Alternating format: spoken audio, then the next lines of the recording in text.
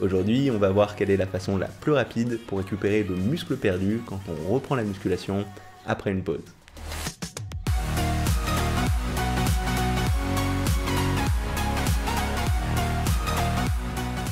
Salut, c'est Nico et aujourd'hui je voulais te présenter l'approche la plus rapide pour reprendre le plus vite possible du muscle quand ça fait un bout de temps que tu n'as pas fait de musculation et que tu reprends des entraînements sérieux. Parce qu'avec la réouverture des salles, je sais que vous êtes assez nombreux à vous réentraîner à nouveau un peu correctement et c'est une phase très intéressante parce que le muscle perdu il revient très vite, il revient beaucoup plus vite que la première fois qu'on essaye de construire ce muscle. Par contre, ce que j'observe très souvent, c'est des pratiquants qui vont se précipiter, qui vont vouloir trop en faire, qui vont reprendre ce muscle beaucoup plus lentement que ce qu'ils pourraient.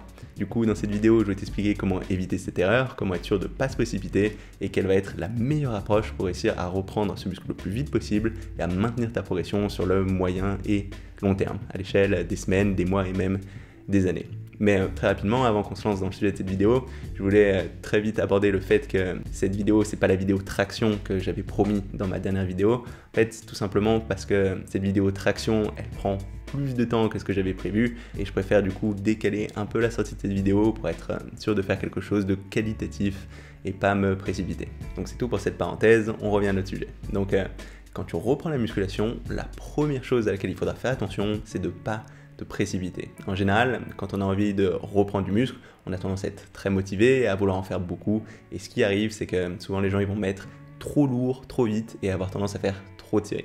Alors tu te demandes peut-être, mais pourquoi c'est un problème? Si je mets plus lourd et si je fais plus de séries, je vais reprendre du muscle plus vite, non? En fait, non. Et tout simplement parce que quand ça fait un bout de temps que tu as arrêté la musculation, tu reviens dans une situation qui est assez analogue à celle d'un débutant. En fait, au début, ce qui va te limiter, ça va être ton apprentissage nerveux. Parce que ton système nerveux il va plus être habitué à synchroniser correctement tes différents muscles pour réaliser tes différents exercices. Et du coup, au début, c'est pas vraiment le muscle qui va te limiter, mais cet apprentissage nerveux. Et pendant plusieurs semaines, ce sera là-dessus qu'il faudra travailler.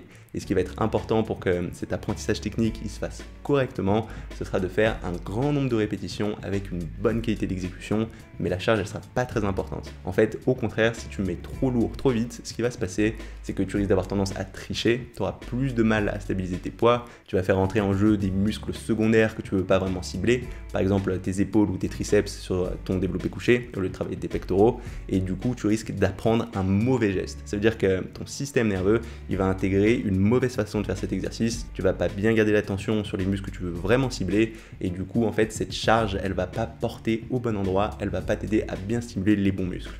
Donc en mettant trop lourd trop vite, tu vas juste apprendre à ton corps à faire pas correctement les exercices. En plus, il se trouve que vu que ton corps il est plus du tout habitué à tes entraînements, et même avec des charges légères, ça va être suffisant pour maximiser ta prise de muscle. Parce que en fait, ton corps il a une capacité maximale à construire du muscle et quand tu es débutant ou quand tu reprends la musculation après une longue pause, tu n'auras pas besoin de charges très lourdes ni de beaucoup de séries pour atteindre ce maximum. Donc même en faisant peu de séries et avec des charges légères, tu vas maximiser ta prise de muscle. Et le truc, c'est qu'une fois que tu as atteint cette vitesse maximale pour construire du muscle, tout le travail que tu vas faire en plus, toutes les séries en plus, toutes les charges en plus, elles vont juste entamer ta capacité de récupération et ça risque au contraire de ralentir la vitesse à laquelle tu vas construire du muscle.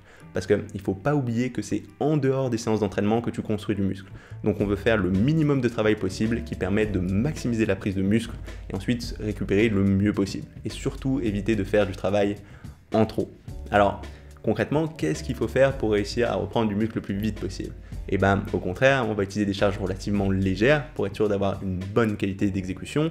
On va aller suffisamment proche de l'échec musculaire, mais pas trop proche, parce que quand on va à l'échec musculaire, la qualité d'exécution a tendance à diminuer et ça risquerait de nous faire apprendre un mauvais geste. Donc ce qu'on va faire en général, c'est avoir 2 à 3 répétitions de marge avant d'arriver à cet échec. Et de cette manière, on va essayer de faire un grand nombre de répétitions de qualité pour essayer d'accélérer le plus vite possible cet apprentissage nerveux et travailler rapidement sur le muscle derrière. Donc concrètement, dans la pratique, on peut résumer ça en 4 grands points. La première chose, ce sera de faire un grand nombre de répétitions sans aller à l'échec musculaire. Donc pour le haut du corps, tu peux faire 12 à 15 répétitions et 15 à 20 répétitions sur le bas du corps, qui est un petit peu plus endurant. Et à chaque fois, garder peut-être 2 à 4 répétitions de marge avant l'échec musculaire. Ensuite, le deuxième point, ce sera de se concentrer sur la contraction volontaire, c'est-à-dire sur le fait d'essayer de contracter consciemment, volontairement les muscles qu'on veut cibler plutôt que de se concentrer sur la trajectoire des poids par exemple.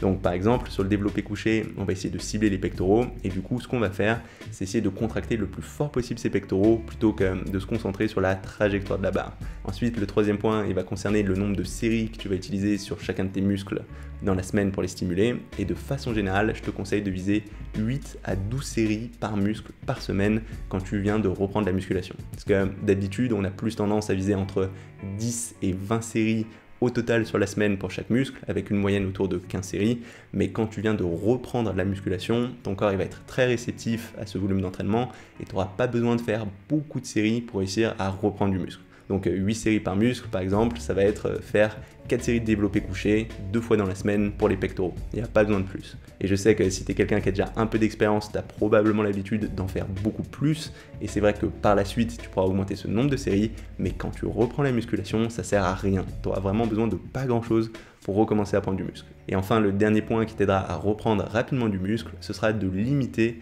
la quantité d'exercices différentes que tu vas faire au total sur ton programme. Ça veut dire que concrètement, l'idéal, c'est de refaire souvent les mêmes exercices pour tes différents muscles. Alors je sais que ça peut paraître contre-intuitif parce que si tu es quelqu'un qui avait déjà pas mal d'expérience avant, tu t'es probablement rendu compte que le fait d'avoir de la variété dans tes exercices, ça te permettait de développer plus facilement tes différents muscles. Par contre, quand tu reprends la muscu après une pause, de toute façon, tes muscles vont reprendre très vite, même si tu as peu de variété. Et le fait d'avoir peu de variété, de te concentrer toujours sur les mêmes exercices, de les faire fréquemment, ça te permettra de les remaîtriser plus rapidement, d'accélérer cet apprentissage nerveux pour travailler plus vite sur le muscle et reprendre plus vite ta masse musculaire. Et ensuite, dans un deuxième temps, au bout de quelques semaines, quand tu as déjà commencé à reprendre de la masse musculaire, là, au fur et à mesure, tu vas pouvoir réintroduire des exercices. Mais refaire plein d'exercices différents quand tu viens juste de reprendre la musculation, ça t'aidera pas à progresser plus vite. En fait, même ça va ralentir ta progression parce qu'il te faudra plus de temps pour maîtriser tous ces différents exercices et commencer vraiment à en retirer de bons résultats. Donc mieux vaut se concentrer d'abord sur un petit nombre d'exercices et ensuite seulement, dans un deuxième temps, rajouter petit à petit des exercices. Donc voilà, ça va être tout pour cette approche pour reprendre du muscle le plus rapidement possible. Et pour t'aider à mettre tout ça en place, je t'ai préparé un petit PDF avec 2 exemples de programmes qui respectent l'ensemble de ces règles, un full body pour les pratiquants débutants intermédiaires et un half body au bas du corps pour les pratiquants un petit peu plus avancés qui viennent de reprendre la musculation après une pause. Donc comme d'habitude, ce PDF il est accessible pour tous les abonnés à ma newsletter. Donc si jamais ça t'intéresse et que tu as envie de recevoir mes mails, n'hésite pas à cliquer sur le lien sous cette vidéo ou sur la petite icône qui va s'afficher d'ici quelques secondes pour recevoir tout ça. Donc voilà, ça va être tout pour cette vidéo. Si jamais elle t'a plu, n'hésite pas à mettre un petit pouce bleu ou un petit commentaire. En particulier si tu as des ressources ou des expériences en lien avec ce thème, je pense que ça peut intéresser tout le monde. Et si tu n'es pas encore abonné à ma chaîne YouTube, n'hésite pas à le faire maintenant pour savoir quand je sortirai de nouvelles vidéos. C'est tout pour aujourd'hui et on se retrouve très rapidement. Salut!